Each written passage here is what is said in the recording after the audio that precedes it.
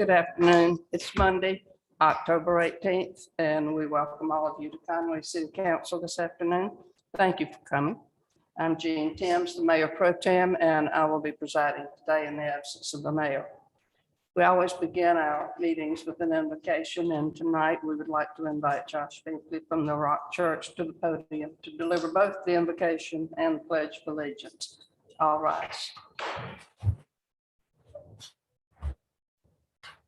Thank you all for letting me come and be a part of this. As always, I enjoy being here. And just again, want to thank you guys for your service and for everybody in our community. I know a lot of people in our church have noticed what y'all have done downtown, and they're very appreciative of whoever's doing all that. It's looking great. So let's pray together. Jesus, we come before you right now. We thank you for just the beautiful weather you've given us, the beautiful fall that we have. Lord, we thank you for just the friends and family we have around us.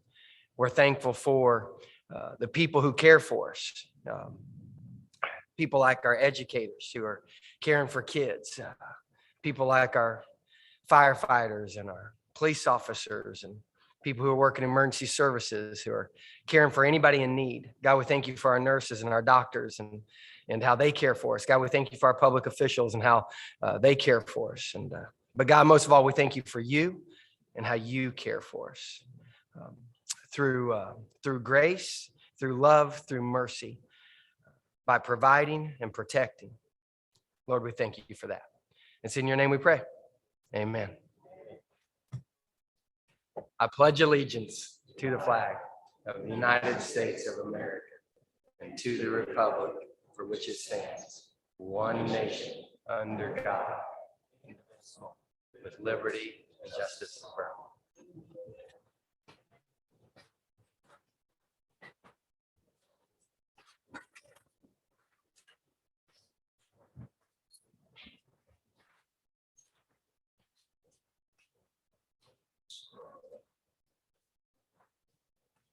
As we begin this evening, I need to ask Alicia, our city clerk, if we've satisfied the requirements for the Freedom of Information Act. Thank you. Our first item of business is the approval of today's agenda. I understand there may be an amendment to the agenda forthcoming. Is there a motion to this regard? Mr. Conway.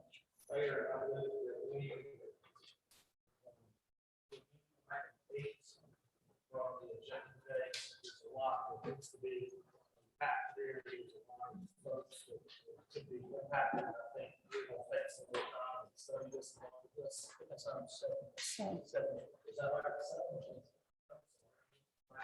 97.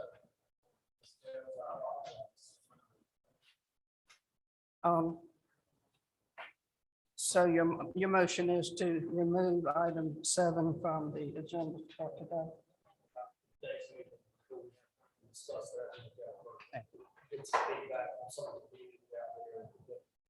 Is there a second to this motion?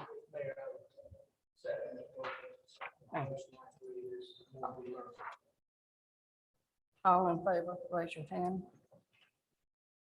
Any opposed? I'm sorry, I'll try to get louder. We are removing item 7 from the agenda for today. Yes, that's the wild one.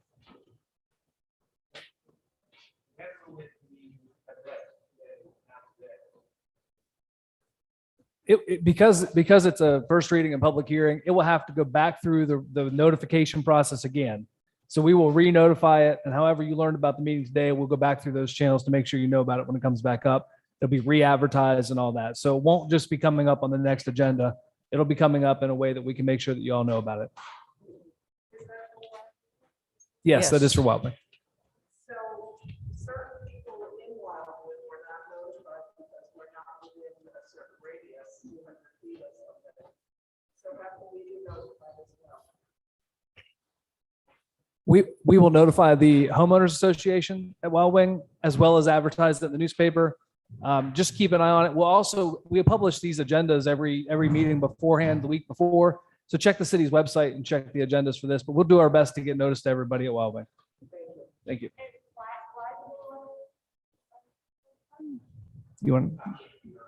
She She said, why would you want to put it on? Because there's a lot of information there to unpack, and I don't think we realized this was coming back up onto the agenda, and we need more time to study it. We need more time to hear from folks in the community, like I'm assuming you and others, just to understand a little bit more of how this is gonna, we would be making a quick decision, and I'm not comfortable doing that, and it appears the balance of council feels the same way.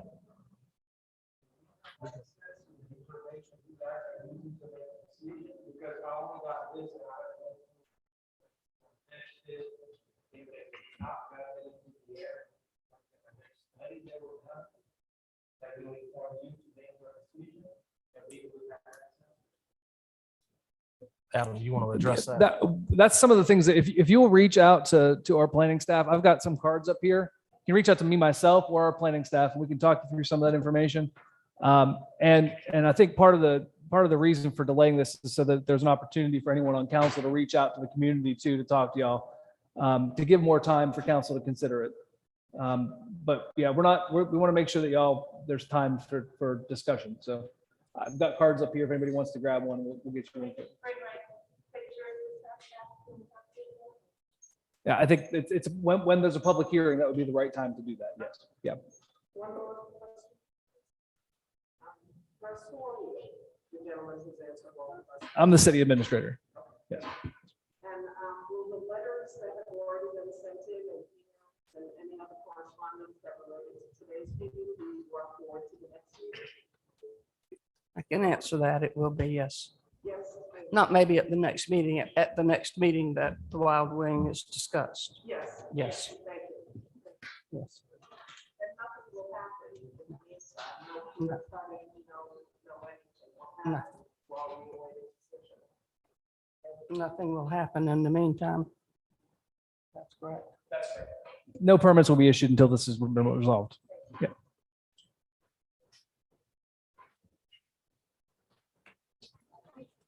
Thank you very much for the additional consideration. Very kind. Thank you.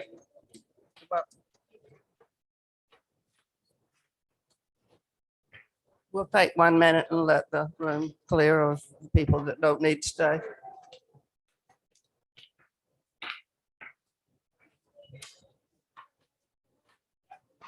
Okay, thank you.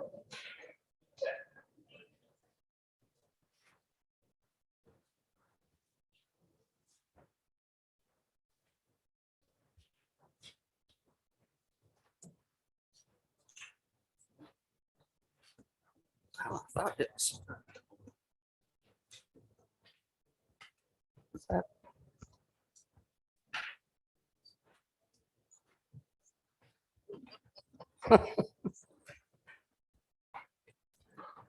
Okay, we move now to the second item on, it is the consent agenda. Is there a motion relative to the consent agenda, Mr. Hubbard? Is there a second? Mr. Jordan? Second. All in favor, please raise your hand. All in favor, raise your hand. Any opposed? Motion passes.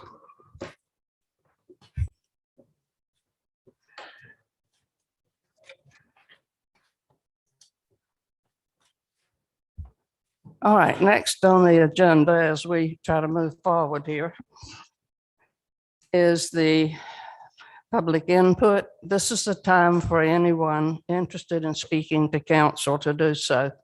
We have a few limitations that we should follow. First, council will not interact with you during this time.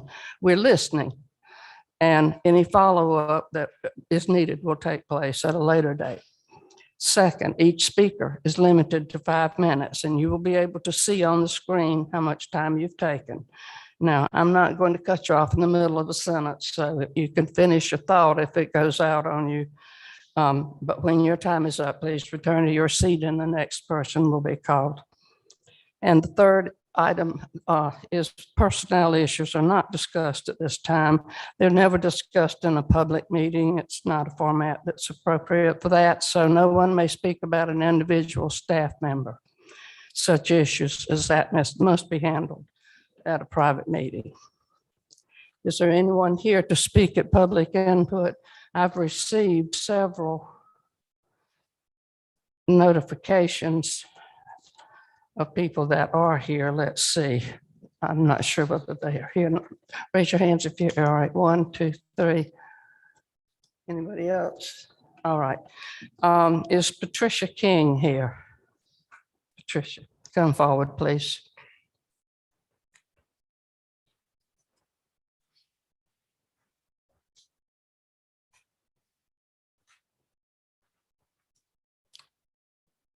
Would you please tell us your name and your address? My name is Patricia King. I live at 2408 Bayside Avenue in Conway. Okay, now then, Good afternoon. Again, my name is Patricia King. I am a member of the Rose Hill Memorial Gardens Committee located on Granger Road. I have been a member of this committee since April 3rd, 2006. And since that time, there has been a conversation about finding new property. But at this moment, we still do not have a definite answer as to when or if this problem will have a solution. The city took over the cemetery after irregularities that were found with the burials through funeral homes, and a committee was formed. The city sells each plot at $500 each, and of that fee, $50 is allocated into the beautification department for maintenance of the cemetery, and $450 goes to the general fund for the city. In an interview that was done with the city grounds and maintenance director, Timmy Williams, a statement was made, and I quote, "He doesn't expect the city to buy new cemeteries, sell them, or expand them. The city isn't really in the cemetery business," end quote. At that time, it was stated that there are only 150 remaining plots in the cemetery. That was about 3 months ago. Since then, there has been numerous burials at Rose Hill and is at the point of non-burials. Rose Hill Memorial Garden services all nationalities and has more than 1,600 grave sites. If the city has no interest or desire to find new property for a new cemetery, what information should we be sharing with the public? Should we tell them that the city-run cemetery is closed and has no plans to purchase new property and to find somewhere else to bury their loved ones? Or will the city take the initiative and tell the citizens of Conway that the search for new property is in the works? Thank you for your time and your attention. thank you, Ms. King. The second request that I have is from Yolanda Robinson Myers. Is she here? Okay.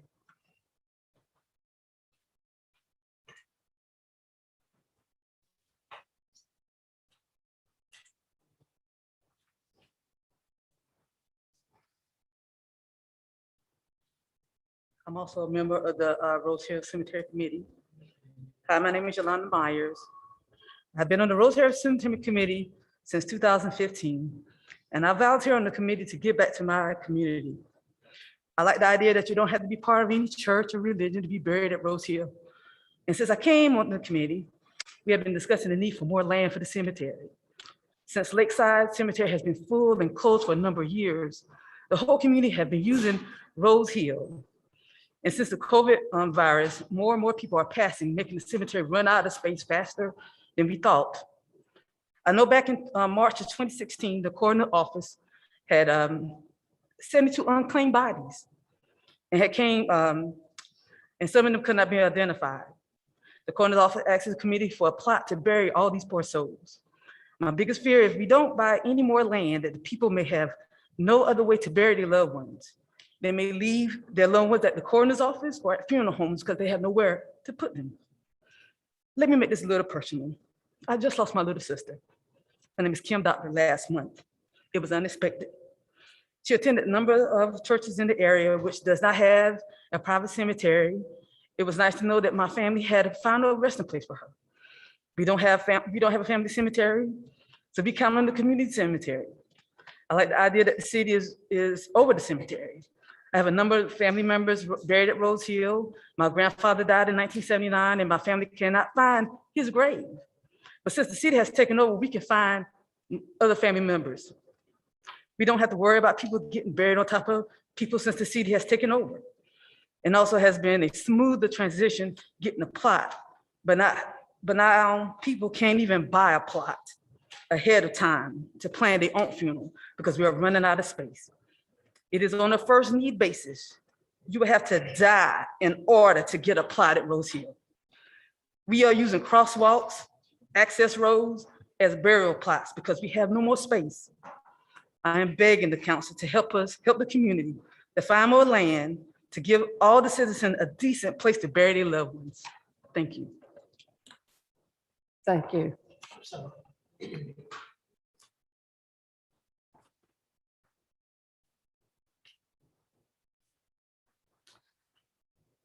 Our next request to speak is from Valerie Skipper.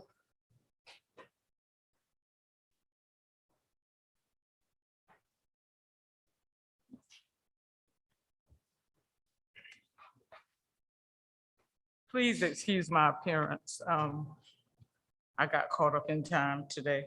But good afternoon, Mayor Pro Temp and members of council. My name is Valerie Skipper. I live at 1854 Westridge Boulevard for 41 years, 42 years to be exact. I am a lifetime resident of the city of Conway, 68 years. And I'm a very involved citizen. At this time, I come before you as a graduate of the Whittemore Elementary School.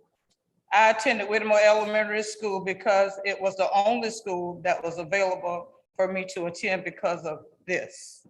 Whittemore Elementary School was a place where I was educated in all facets of life that was not in the curriculum. The teachers were mothers and fathers to us. They taught us life skills that were not being taught at home for some of us. Whittemore Elementary School was a source of cultural enrichment.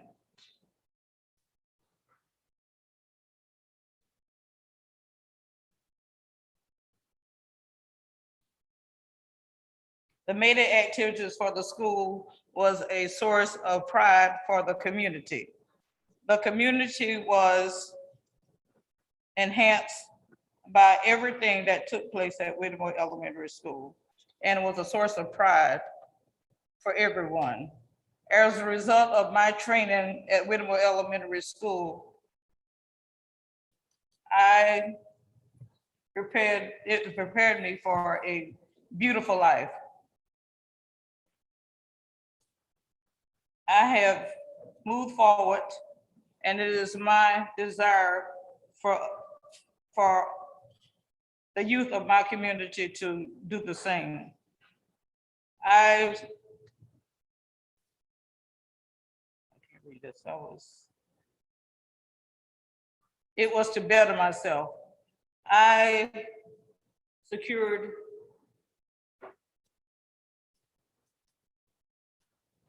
I received from my home, but some people did not have the opportunity. Whittemore Community Center could serve as a purpose of preparing our youth for the future.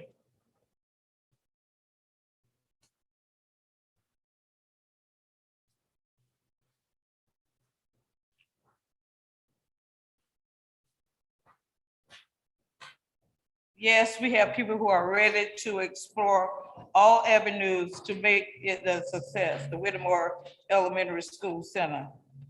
For a time,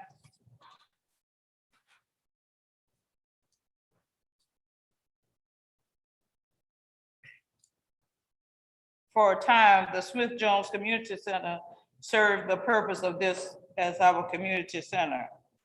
We were able to gain many attributes at the Smith-Jones Center.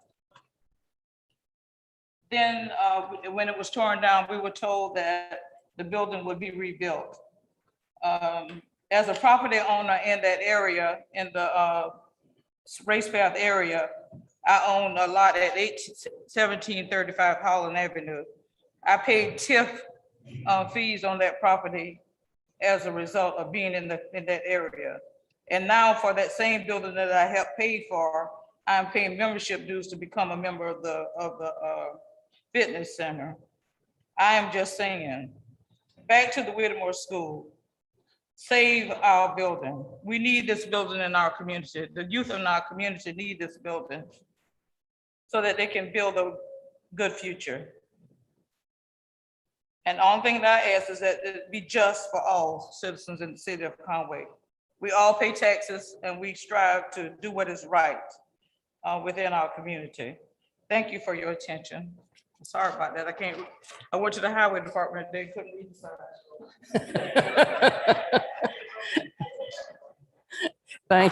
Thank you, Ms. Skipper.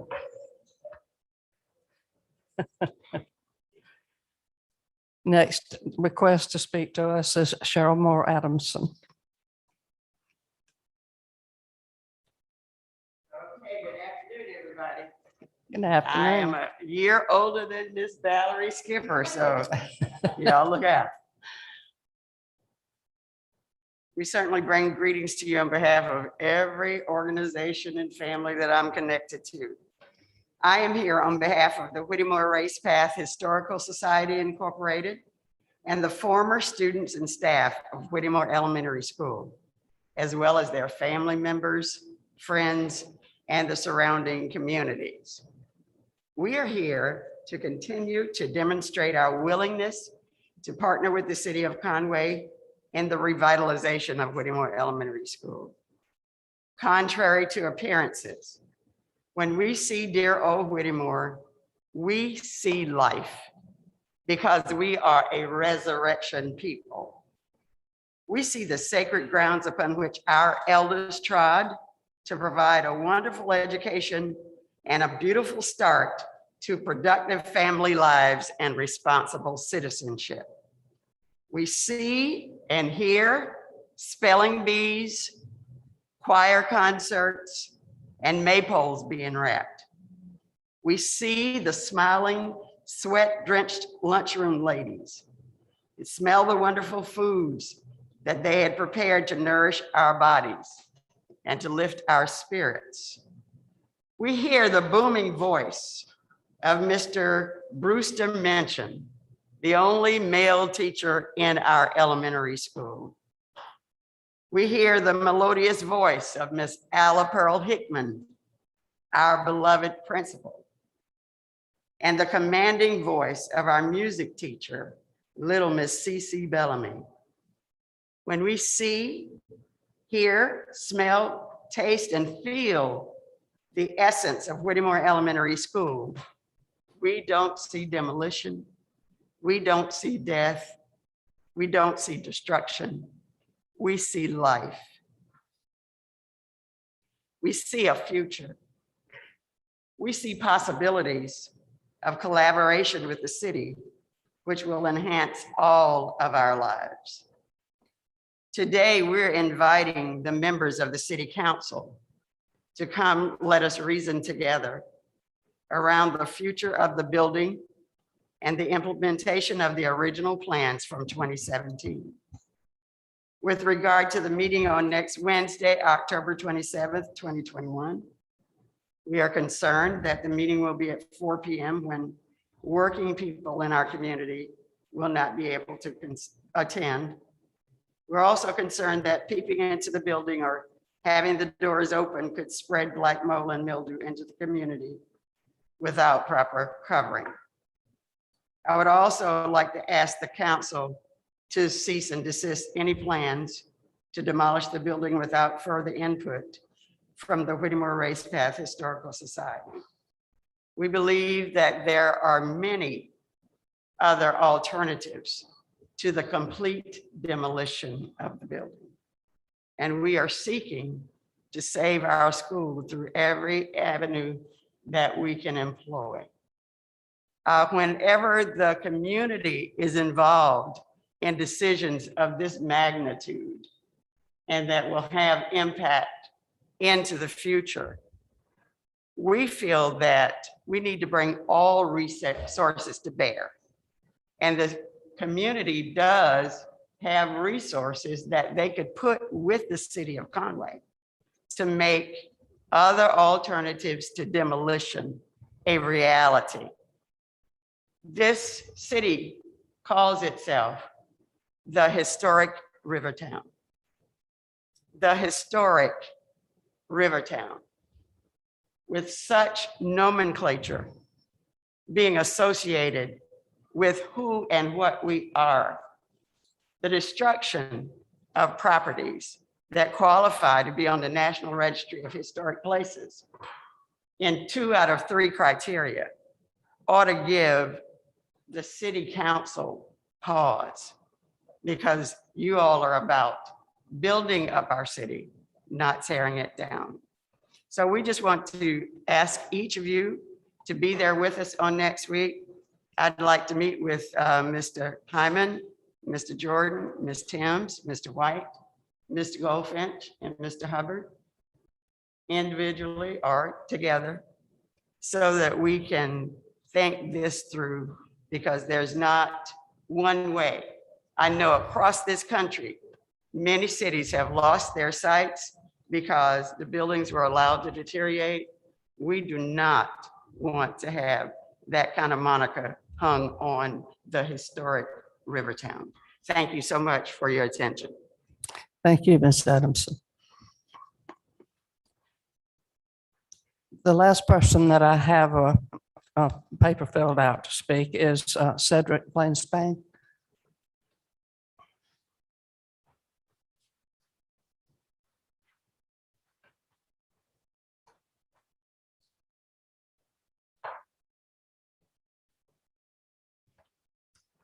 Good afternoon, ladies and gentlemen. Good afternoon. Thank you, council. I thought I was coming further down. Got you tonight. I didn't come for, well, I guess it's twofold. We stand in opposition of the first reading of ordinance number ZA 2021-07-19E. Last time we was here was deferred, and I guess this is the deferment tonight on it. And that question was raised in that meeting, how many parcels or acres of land that the Santee Cooper actually needed for the substation itself. And I think the number somewhere 3 to 4 acres was rang out in here. So we have questions on the 27.45 acres that would like to be rezoned into light industrial. And we are asking respectfully, to deny this, because we only expect, it's already there, so there's nothing we can do, but moving this substation, we don't even want it coming further to residential property. And in favor, and we're against the Conway Perimeter Road. And I say to go along with this project, it'll only bring further that this city is gonna lose out. Because if that road is implemented to go up El Betha Road, we call it the new route, and eventually the Lake Busby bypass, this city, as is known today, in the years to come, many of you may not have a seat on the council. We talk about growth, but the new road would take traffic away from the downtown Conway. And so I say to you, for the residents of the Sand Ridge community and all of us, we respectfully ask you to deny this rezoning based upon this acreage and what we heard on July the 6th at that meeting, that it would only take about 4 acres for the actual substation itself. And then since I'm at the mic, I'm going to end with this, because our dear precious Whittemore was here. A few months ago, around 1 o'clock in the morning, I sent them a text. I guess they thought I was crazy, because in our Gullah Geechee language, I heard, go one more again. Go one more again. I need Veronica Gerald here. Go and tell the city. Tell the city of Conway, South Carolina, what are you doing to yourself? How you value one history and deny me mine? How you for do that? How you for do that? And I helped build this city. My blood, sweat, and tears of the ancestors that walked these streets, that helped build and serve as domestic workers in this town. How you for do that to me, people that you don't value one side of the town as you do the other. They all pay taxes. They all work here. It's the same money they for paid. That's what they got to live off. How you deny them because they don't have the big dollars like the developers and all the contractors that come here and want to take over the city. I say one more time. I tell me people, go for again. Go again and tell the city of Conway that this is riding on you. This is riding on your legacy. Go ahead and tell them, my people, one more time. Tell them again. You sit in a powerful seat.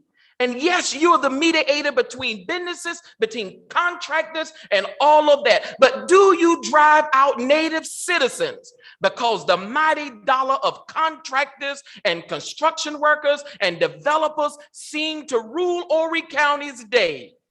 And then old folks would say, and I heard it so vividly, and I told some of them earlier, if you forsake for my children, remember, the universe give back and they forsake for your children. So while you for sitting in these seats of power, remember, you treat people right and you do things right. Whether it's on the table, back behind the door, my old aunt said, I for live in the sunlight, but I keep me shade clean. Ain't no backdoor deals. Ain't no backdoor deals, ain't no undercover money, ain't no side deals to take a trip. That's something you report on ethics or don't report on ethics. No, you got a conscience and you got a life. And one day you got to lay down. And the good master gonna say, what did you for do to me people? Regardless of the race, color, creed. Did you treat all of them right? What did you for do to me people? What did you for do? Now I ask you for your record that'll be served on high. What you for do? Go one more again and tell them the ball is in your court. We know you have to mediate, and we know you're in a tough position at times to mediate between all of these. But I ask you respectfully for the Whittemore, for the Sandridge community, and our citizens that have labored here. And this is only money. Some of them only get $7 and something an hour. Are you going to fault them that they work in the hospitality industry? Are you going to fault them that still do domestic work, that they can't afford the luxuries of everybody else, but they help to make this city, even those that work downtown here? So I ask you respectfully, respect all citizens when it comes to making decisions on development and other things of this city. Don't drive away the natives. Don't drive away the people. It's the people that elect you to office, not brick and mortar. Thank you. Thank you, Mr. Spain. Now, is there anyone else that would like to speak to us tonight in public input? Please come forward and tell us your name and address. I don't think I'm prepared compared to everyone else, but my name is Dana and I live in Conway, 378. I am a part of an association called the LBAA, it's Lady Bass Anglers Association, and we travel all over the country fishing professionally. So we go to Arkansas, Louisiana, Alabama, like Kentucky, all around. And I'm trying to get them here in Conway. So I need help and don't even know where to start or what to say. But it'll be a Friday and a Saturday tournament. It's a 2-day tournament. And while we're fishing, it's all ladies, no guys. Only guys on the whole thing are the staff that puts up the weight trailer and things like that. So while we're fishing, we have a guy that follows us around, and it's called his little thing is called Pond Hopper Nation. And what he does is gets all the kids in the community to come out to the river landing that we fish out of, and he gives them their own rod and reel and their own little t-shirt, and he teaches them how to fish. So it's not just benefiting for us, it benefits for the town and the kids too. And I've give William some information on what it costs to bring us here, which I'm from here. So I'm just doing a little bit of legwork. I'm not the president or whoever of the company. But it also, what it takes to bring us here, we will give back a whole lot more. So usually when we have like a 30 boat field, we end up spending about $65,000 during that week. And it's just that week. But all those ladies will be here, I would say the month before the tournament, they'll all be here at least a week a piece. So that's going to be double the money. That sounds great. Adam, he's giving you a card. So this is who you need to speak with. And then I'm sure they'll pass it on through to us. Oh, okay. Thank you, William. I didn't mean to come with this stuff here. I didn't know where to take it to, but we're kind of in a crunch for time. We usually do this in July and we need our schedule. We should have already had our schedule for next year, and they're trying to come here in March. That's the only open tournament we have right now. they all fish lakes. They've never fished a river system. So to me, I was like, I want y'all to fish what I fished. They've never had rising water, falling water, none of that. It's all stable lakes. And I just think it'd be good for our town to see things like that. I think you're right. We have water if we don't have anything else, right? And hopefully fish. Is there anyone else that would like to speak tonight before we close out? All right, seeing none, is there a motion to close public input? Mr. Hyman? Is there a second? Mr. White? Second. Thank you. All in favor? All opposed? All right, our next item has been postponed as well, and this was to be a presentation from the Public Safety Group, but they will come in at a later time, I suspect, with this. So we are now on section 6B, where I believe we're getting to the information that you were interested in, Mr. Spain. This is the request to amend the official zoning map of the city of Conway to include the future paths and right-of-way for the Conway Perimeter Road, El Bethel extension. Ms. Harden. Yes, ma'am. Thank you. On the agenda today, a special presentation is a proposal to amend the official zoning map of the city of Conway for the rights of way in the future for the Conway Perimeter Phase 2. We're bringing this to you as a update in order to give you the heads up before it goes to the Planning Commission for the Planning Commission's input at their meeting the first week of November, and then it is scheduled to come back to you for a public hearing on the 15th, if my calendar is correct. Part of this is a map amendment to preserve the rights of way for future road expansion. The reason that we recommend doing this is because the Ride 3 project, this is phase 2 of the Conway Perimeter Bypass. It's proposed to be installed at a cost of $18.4 million of the Ride 3 monies. Ride 3 was adopted after November 2016 vote. 69% of the voters approved of the 1 cent capital project sales tax for the roads, and that went into effect in 2017 and will expire in 2025. So that money has been allocated for and has a expiration date. Horry County was slated to receive $592 million over the 8-year life of the 1 cent tax, and this is a part of that. The Perimeter Road project is proposed to connect 378 to US 701 and contribute to the network of perimeter roads for enhanced local mobility. Phase 2, again, like we said, is going through from Highway 701 to Highway 378. It will go across Kates Bay Highway at Dirty Branch Road, and it will also cross Hemingway in its pathway. South Carolina DOT is in the process currently of acquiring the right-of-way property that they need to make this happen.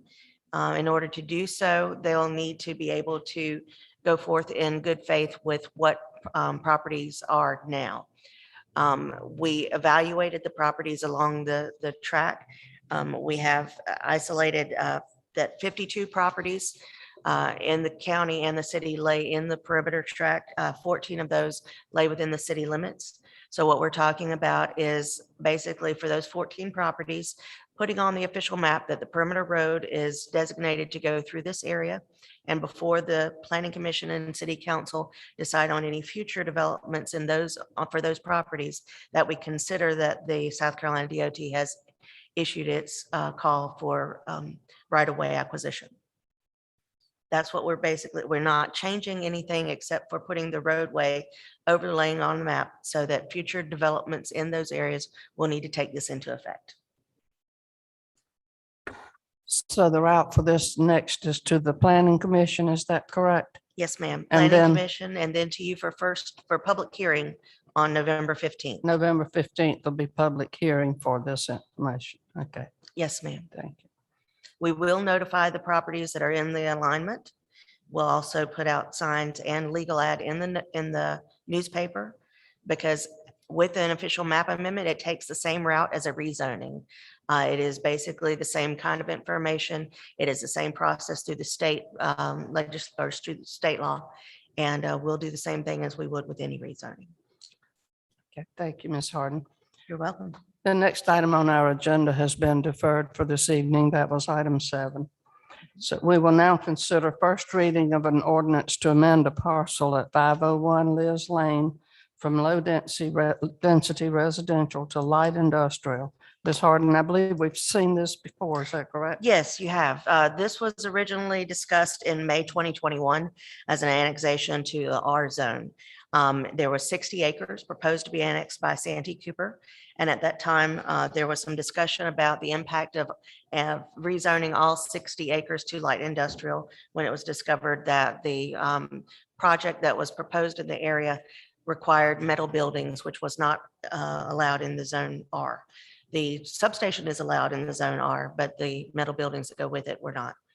After that discussion, staff and Santee Cooper moved forward to discuss what portion of the property would be required for the substation and the section that required the metal buildings.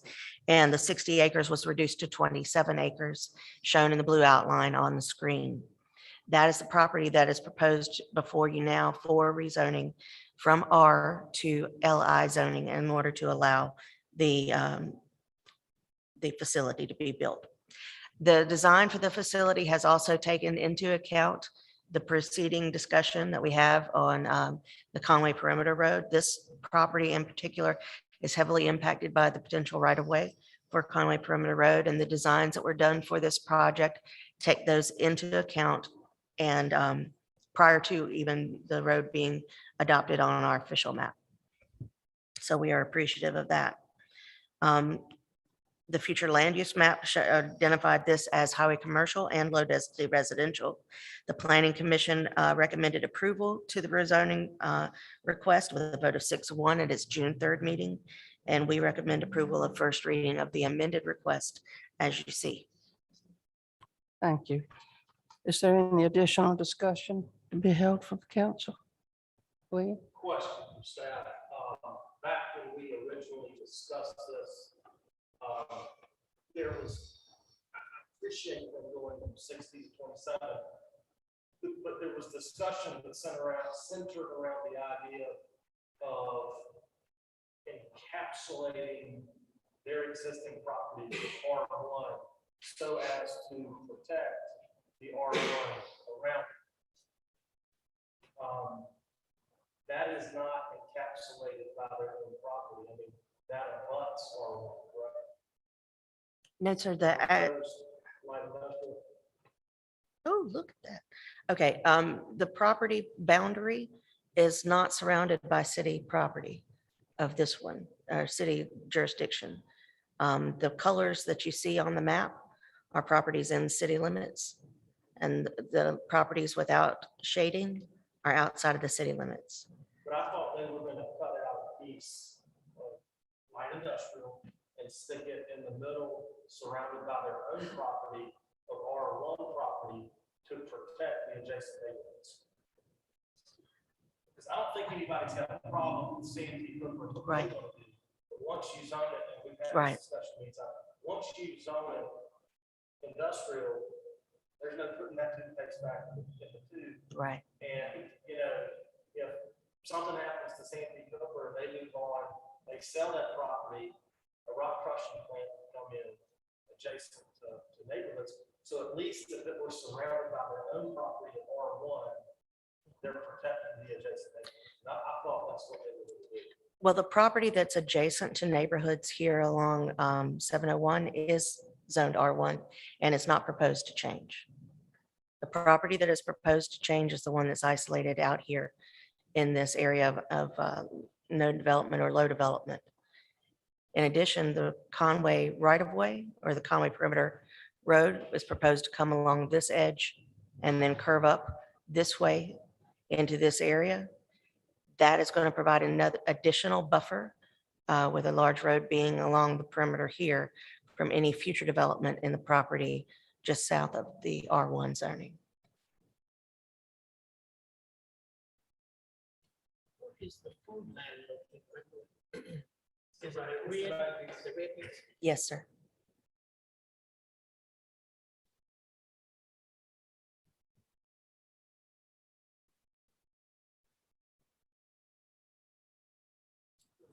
Kind of be developed on some existing transmission line. Yes, So that's kind of, looks like on the design, so the closed site. Building would come up pretty much close to this. yes, And then you've got that archaeological stuff. correct. This property is the one that's proposed to be rezoned. This is the 60-acre tract, and they have cut it along the transmission line here. This area remains zoned R1, and everything up near the highway remains zoned R1. So the farthest back property, the one adjacent to Liz Lane, is the one that is proposed to be there with the access coming through off Liz Lane. Is there something significant about 27 acres? How do they arrive at 27? I believe that's where the transition line fell. Can they get away with 3 or 4 acres? They're going to have a really hard time with minimizing the footprint of their facility so it doesn't cross over lines, property lines. If they just drew a boundary around the building that they want to build, then it would either be landlocked or the stuff that goes into that building would not be able to meet setbacks. They'd have to buffer everything from each other to be able to do that. In addition, the property that's shown, oops. There we go. In addition, at the very top corner on the left side of this property that's shown, there's an archaeological site that won't be developed on. The property design for the substation takes up a good bit of this property, or excuse me, the industrial design of the substation takes up a good bit of that property, but a lot that's left over is also buffers. Buffers that are buffering on their own property from the substation to the property lines. Looks like there's a gas on that west side. Stop it.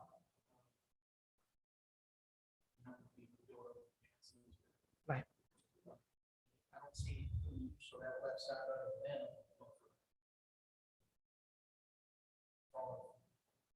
And that gas easement sits between, or the archaeological site sits between that gas easement and the proposed use of the area, which is the center of this property here. So there's buffers, there's the archaeological site, there's the gas easement, there's the power line easement, and Liz Lane running across the top. Who owns the property? So the north and let's say west. 27. I apologize, I don't have that information.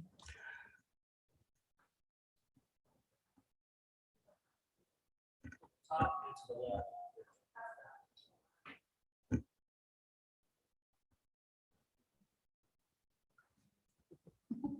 Yeah, it's owned by RAD LLC. From what I understand, there's a mine on that. And Allison, I believe that parcel to the east, right, to the right. To the right here? Yeah, right there. That's actually owned by Santee Cooper as well. So they own that property right beside it. So Santee Cooper property, mine. Our mine is on the left, vacant land. Excuse me. Is there other discussion to be had? Yes, question. Mr. The Pike? archaeological site, what's the what are they doing with that piece of property? They're leaving it alone. Who is they? Who owns So it? Santee Cooper owns the property, Okay. and the design for the site, for the substation is not encroaching into the archaeological site. It will remain on site as is. All right, council, do we have a motion to come for this first reading of this 27 acres of property? Is that? No, sir.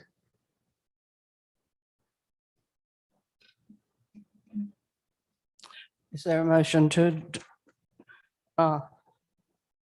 defer this or turn it down. I mean, we have no motion regarding it. Right, right. I move that we deny this. Is there a second?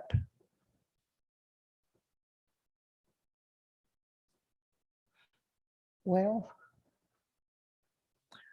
nothing being heard, this motion fails.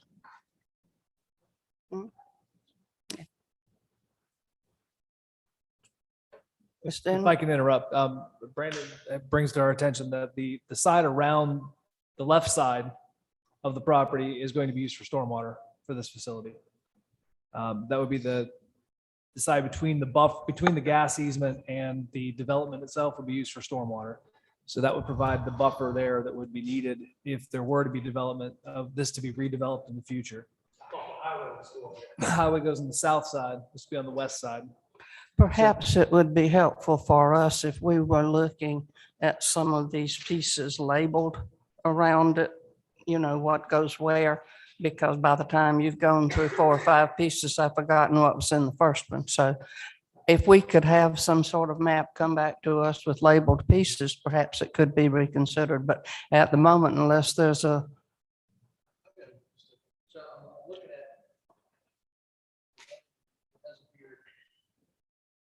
the subject parcel to the east of that is owned by Sandy Cooper. And to the east of that is owned by Sandy Cooper. I mean, that's not in the city. And then to the west of it is a mine. Right. I'm kind of wondering what they do. So I believe there was a lot of concern around Highway 701, and that's why this particular parcel is zoned R1 to provide that buffer. Now, granted, the discussion started before I got here, but when I was reading over the notes, we talked about that. I think there may have been some concern over the vacant land across the street there being a future residence, that if Santee Cooper left this site and was redeveloped as a concrete patch plant or something like that, then the future residential there might be impacted. But at that point, it would be zoned light industrial. And anybody coming in, no. Yes. Mr. Goldfinch. Brandon, would you be willing to be out there just to sort of show us the point? That might be helpful. I mean, you gotta have power, you gotta have somebody to take the power. I get all that. I just. That's a leap. So, I- well, That might take big deal. Helpful to see. To be out there all day. The two Sandy Cooper parcels are next to it. Yes, sir. What are they zoned? None of them, they're not city. But what are they zoned? My memory, if my memory is right, it's highway commercial. Mine, when you look it up, it just says.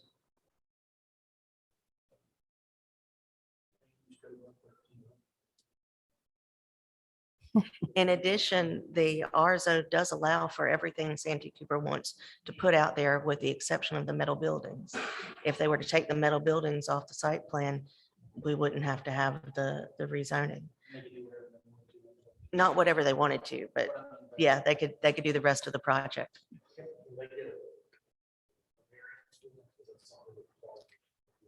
Use variances are not very easy to get, and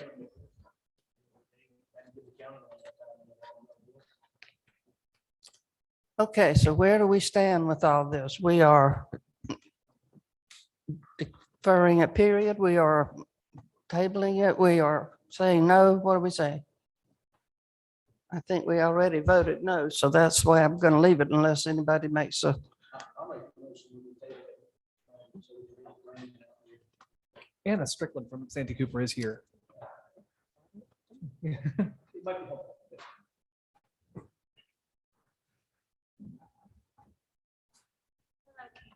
Hi. So what's being designed here, we've actually already figured out a forest buffer. So any of the facilities you won't be able to see from the surrounding area.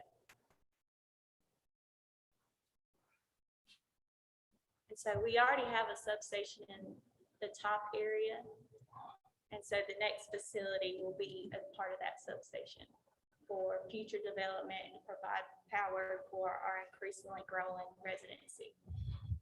If you come with us where our field trip out there to see. Yes, I can work with Adam to set that up.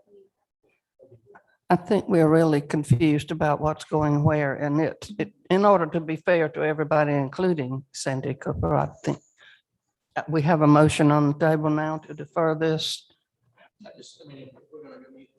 Yeah. All right, is there a second? Mr. Jordan, thank you. All right, all in favor of this deferring? Raise your hand. Opposed?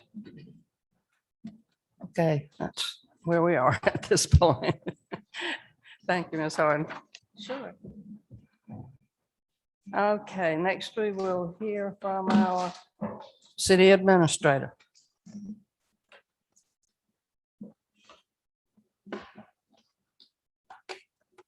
Good evening. Evening. I have several reminders for you. Conway High School's homecoming parade is this Friday at 4 p.m. Council members, obviously, sorry, 4 p.m.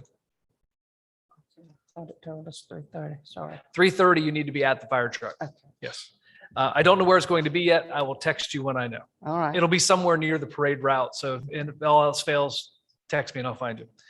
The Whittemore community meeting is rescheduled for the 27th at 4 p.m. on site at the Whittemore School, as was discussed earlier.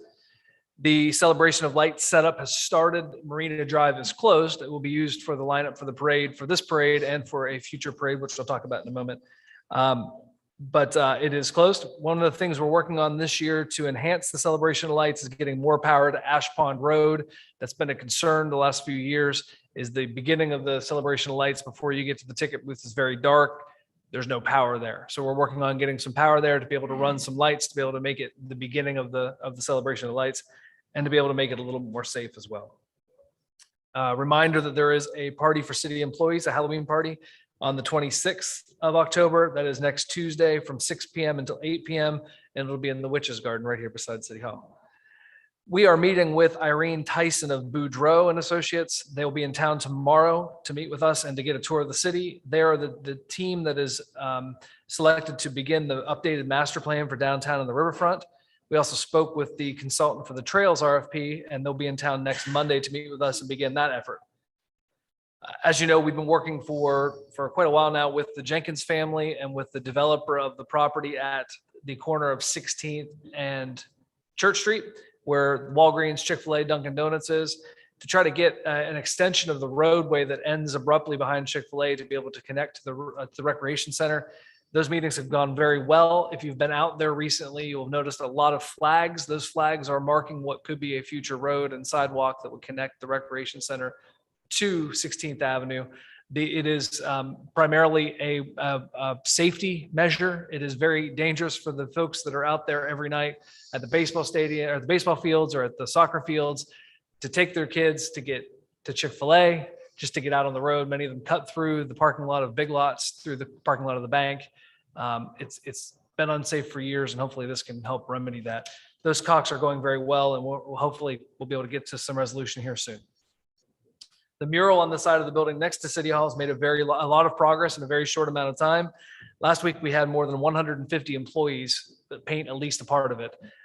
Once we get a better idea of how much longer it will take, we'll get a dedication scheduled, and we'll do a big ribbon cutting for it as well. You can't quite tell what it is yet, but that will start to become very obvious as this week rolls on.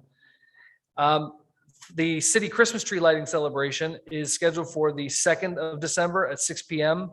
That location is going to move from out here on the road at 3rd Avenue to over by where the police station lot is. If you all remember in 2019, pre-COVID, we had between 4,000 and 5,000 people on the street out here, and it was almost unmanageable.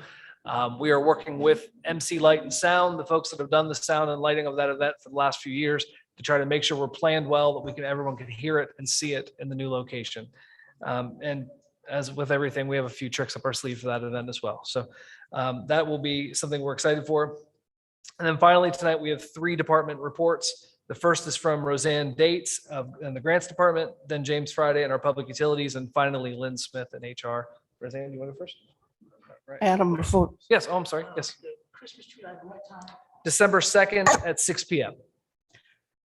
and what night is Halloween supposed to be? Halloween celebrated? is on Halloween. We've On had Halloween. several churches request special event permits for that night to do trunk or treats. So Okay. it will be on the night it is on the calendar. Right. Thank you very much. Okay, thank you. Good evening, council. I feel like I just gave my report, but it was back in January. So I'll do a quick update of what's gone on since then. We received 15 awards totaling about 6.5 million since January. I submitted 18 proposals totaling an additional 2.46 million. That's not including the EDA grant for the 6.1 million. So in February, we received the award notification from EDA for the Crabtree Force Main Park Hill Pump Station project, and that was the $6.1 million grant. And since March, much of my time has been consumed with the management of this project, and the total project amount is going to come in about almost $9 million. So I have applied for another 1.1 million from Rural Infrastructure Authority to help go towards this project. We submitted revisions last week, and I expect to know the status of the grant probably within the next 6 to 8 weeks. The FEMA BRIC grant in the amount of $2 million for Chestnut Bay. I know that's been discussed in prior reports, so I'll just give a quick update. Last year, when we applied for funding, FEMA incorrectly deemed Chestnut Bay as an ineligible project. So we've since appealed the decision. Unfortunately, we don't have a timeline for a decision from FEMA, or even know if they have funds available to award us if they deem the project eligible. So SCEMD has advised me to prepare a new application for this new funding cycle, and that is due November 19th. Along with writing new grants and managing our current grants, I spend a great deal of time researching, training, and submitting reports to Treasury on the American Rescue Plan funds. We have been allocated 4.365 million. We've received half of that amount. And in addition to spending those funds, there are multiple opportunities to apply for more federal funding.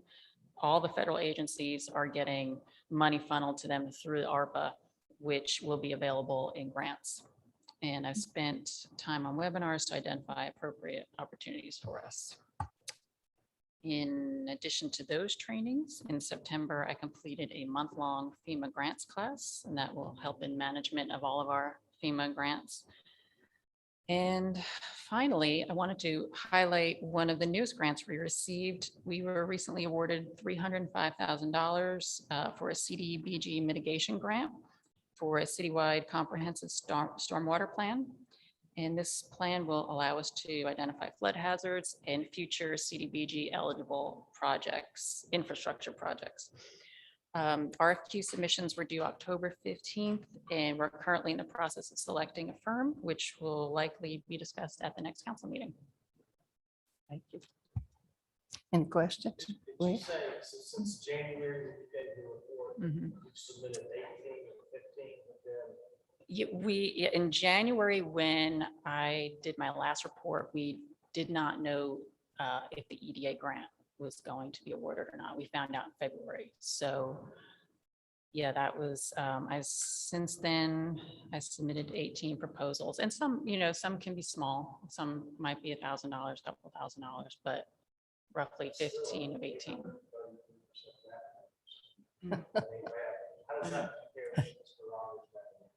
I don't, I have no comment.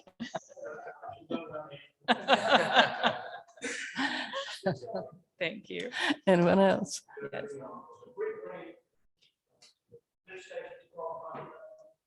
The BRIC grant that's the Chestnut Bay project. That's what we're going to use it for. That's what we applied for in the last cycle. And there was that little glitch that FEMA had named all of Horry County projects ineligible. And so anyone who submitted under the Horry County mitigation plan is appealing that decision. I don't know if it's going to get funded. I'm applying for the new application cycle. It's coming up for the very same thing, of course, with a little bit of increased costs now, since it's a year later. None of us this time. Thank you. Thank you.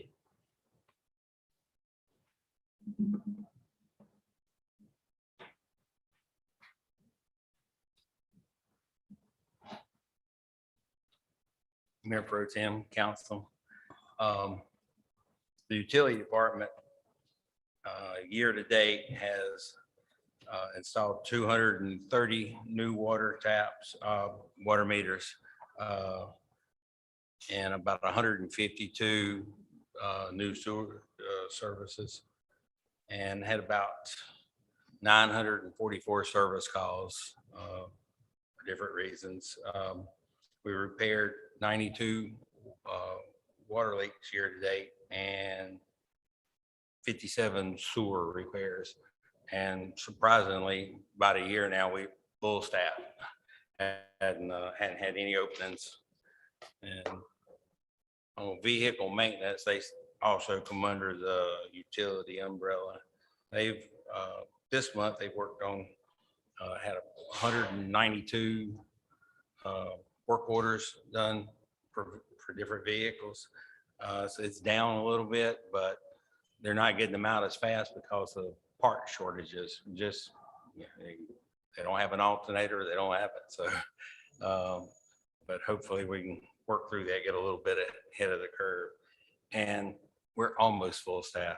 We made an offer, he's accepted. We're waiting on him to go through orientation. So just in time. Well, it'll be the first time in 2 years we've been full staff, but it's just in time for one of our other mechanics to go out on medical leave. But that's the utility. Any questions? Thank you, sir. Ms. Smith.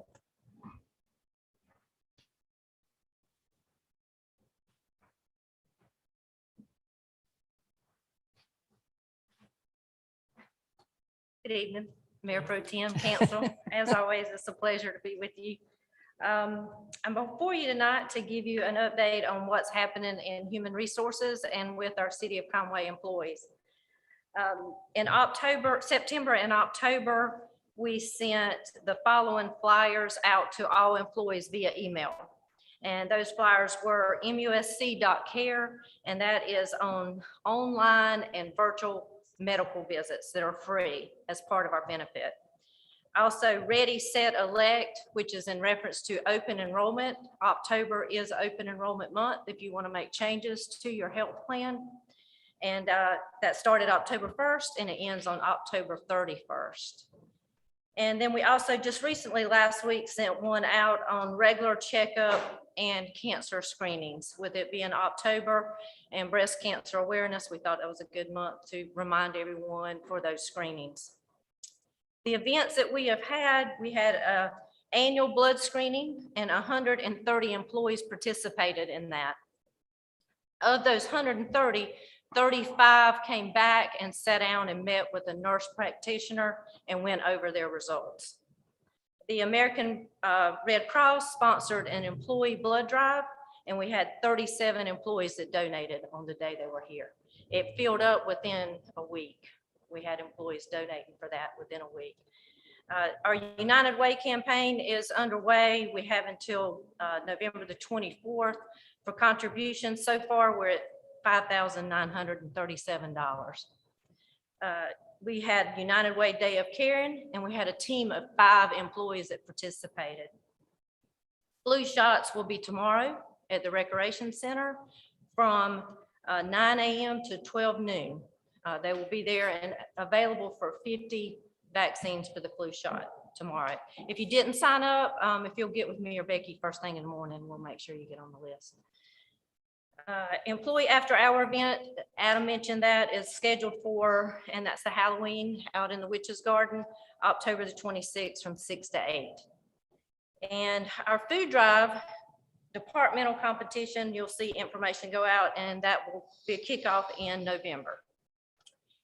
We wear teal on Tuesdays and pink on Wednesdays in October and green and gold on Fridays.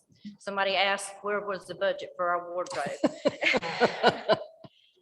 Okay, we had, and for our new hires, we had one police community service officer, one court administrative support specialist, a public works motor equipment operator, and 4 trades workers.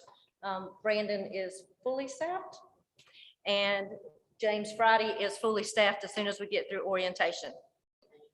We have 1 full-time fitness associate, 1 aquatics associate, a grounds and maintenance technician in recreation, and we hired 2 solid waste equipment operators. Unfortunately, we are still struggling in solid waste. Those 2 guys started on a Monday and left on Friday. I know, poor Reggie.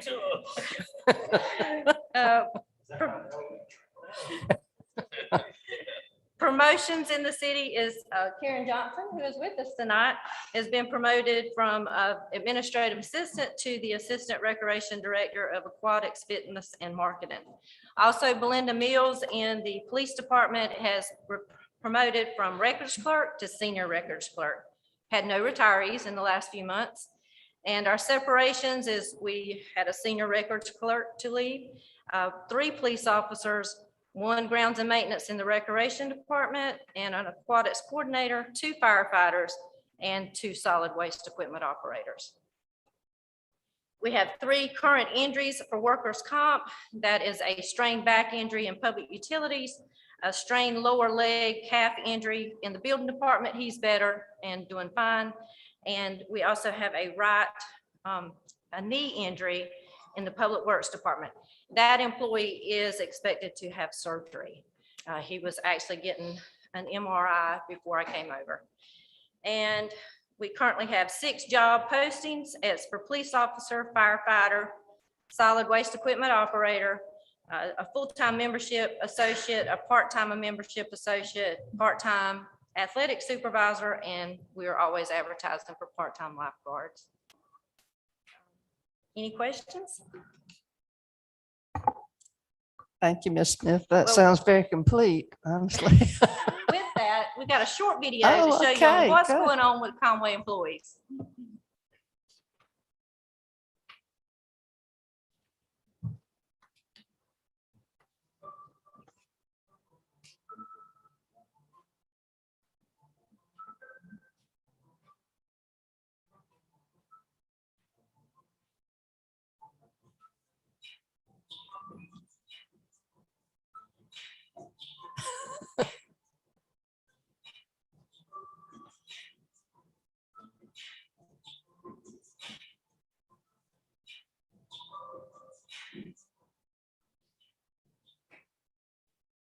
Thank you all. Cute, thank you. Very nice. Okay, well, there's a lot going on. Tonight, council input is next, and I'll start on my right, Mr. Hyman. Thank you. Just a couple of things. Congratulations on the promotion. It's all great to see employees. Above rather than hiring outside. That's nice. Well served. One thing that I think is great, I've been talking with Department of Natural Resources and a group, it's a national group called Rooted Nature. It's working best, but what they do is they clean and rehabilitate coastal waters. They have come to Warwick County, and they're going to be pulling out a lot of the abandoned boats and sunken boats and walking along the coastal. There are 2 in Conway that I'm talking about. Did talk to Adam over the weekend about it. It looks like a no-brainer. I think it's something they are going to provide all of the equipment. They said we may need just a little bit of help with the production. That would be great. Certainly help the area. I'd like to see some of those. Luckily, we're not having a lot of other. But I think that's great. Partner with them and Department of Resources to do that. Only other thing, been out of town for a week. It's always nice to go on vacation, but it's even better. to come home. Everybody has a safe Halloween. I think it's coming up. That's all I have. Thank you. Mr. Jordan? Okay. Okay, two quick questions. One was asked of me and I'm passing on the question, is how do items get on the consent agenda? Generally, if it's something that's budgeted, a budgeted expense that council is required to approve, but it's already in the budget, it goes on consent. If it's something that had a unanimous vote in the first, if it's a 2 reading thing, it had a unanimous vote in first reading, it will go on consent. If it's an event that's been approved in the past but requires council approval again, it will go on consent. And typically, those are the ways to get something onto consent. There may be a few others that I can't think of, but those are generally the ones that go on consent. I knew those answers. I just wanted you to say it so. Well, I hope I was right then. Thank you very much. And then this is something to think about also. Whenever we have community meetings, let's go back a couple of years when we had meetings around the town at various middle schools, like elementary schools. They always were after 5 o'clock so that the community members could get to it. So I'm asking that we consider the times when we have a community meeting, especially with the middle school, elementary school meeting that's coming up like 4 o'clock in the afternoon. A lot of the folks that want to get to that meeting can't get to it because they're at work. And as well as the place this is being held.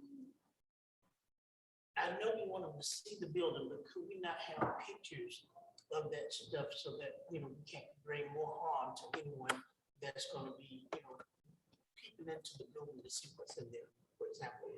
Or could we put something on our webpage to show this, that we are city-wise are doing something that's positive for that, the school building, and not just trying to, it seems like, I get all this all the time because I live in the neighborhood. And so I can't go to the gas station unless I get cussed out about what we're doing, what the city is doing about Whittemore Elementary School. And that's where I went to school as well. And I'm so much in love with this school, just as well as some of the people that came tonight to talk about this issue. So they want to be to the meetings, but they can't get there at 4 o'clock. A lot of them can't. So if we do 4 o'clock this time, could we have if there's another meeting that's warranted, have it later in the afternoon so a person can get to it, as well as the advertisement. And we send letters to the community members, and we counsel, we don't know what's in those letters. And I've got cussed out again. Why y'all send us this little, this? I don't know anything about what they're talking about, as far as the meetings, what time it is and things like that. And I would like to know what is being sent out without name on it as well. If there's a letter being sent to the public, it's generally a rezoning request, and we make you aware of that typically the same time the letters go out. So when we bring something to you for review before it goes to planning commission, which is usually the way we work, the letters don't go out until after that. So usually it's been on an agenda before letters go out. And I can't think of a time when that wouldn't happen. Thanks, sir. Yep, you're welcome. Just one thing, with boys age 7 and 10, we're spending a lot of nights out at the Conway Recreation Center, and I think any given weeknight, Pastor Conway is there. I think we've got a record number of kids playing athletics, which is really super cool. It's just looks as good as it. And so I'm very grateful for that experience. But I got to give a shout out to my team, Coach Jim Wood. We're 7-0, undefeated. 7-0. We haven't lost. And soccer team. Football, flag football things got to work. That's tough.